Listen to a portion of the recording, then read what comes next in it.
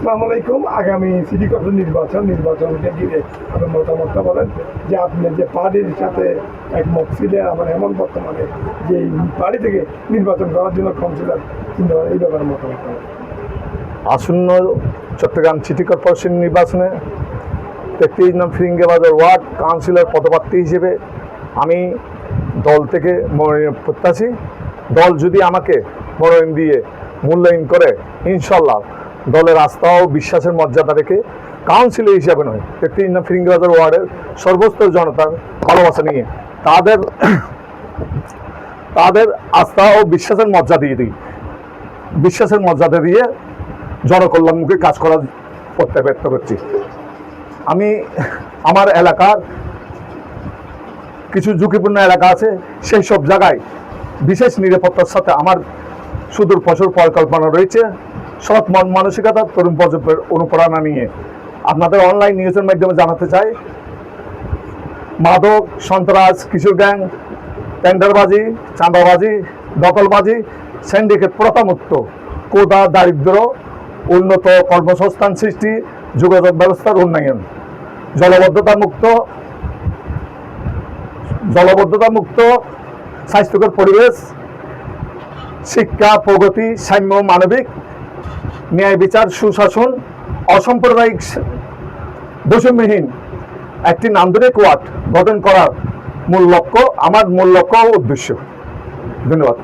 ধন্যবাদ আপনাকে। একটা প্রশ্ন আছে আমার, যে আপনাকে যে পার্টি থেকে নমিনেশন না দেয়, আপনি স্বতন্ত্র থেকে কি ইলেকশন করবেন কিনা?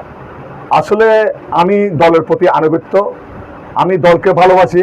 বিএনপি দীর্ঘদিন পর্যন্ত রাজনীতি করতেছি, দলের জন্য অনেক ত্যাগ স্বীকার করেছি। আপনারা এখানে সরজমিনে তদন্ত করলে আপনারা জানতে পারবেন আমার ত্যাগের কথা আমি নিজে উপস্থাপন করতে চাই না। তাই আমি বিশেষভাবে বলতে চাই, দল আমার বিশ্বাস রয়েছে, দল আমাকে অবশ্যই মূল্যায়ন করবে। কারণ আমি মেয়র নির্বাচনের সময় আমার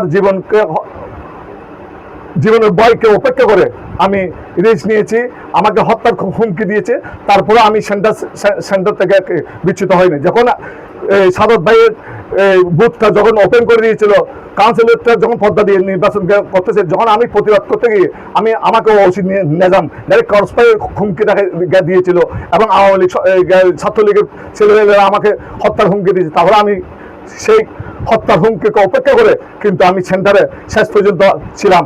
কিন্তু 2014 সালে নির্বাচনে যখন একতরফা নির্বাচন হয়েছে, তখনও আমার এই যে সাধারণ জনগণকে আমি এই কেন্দ্রের মুখে না হওয়ার জন্য উৎসাহিত করেছিলাম। তারপরে 2018 সালে এই দিনের পর রাতে একতরফা নির্বাচনে, সেখানেও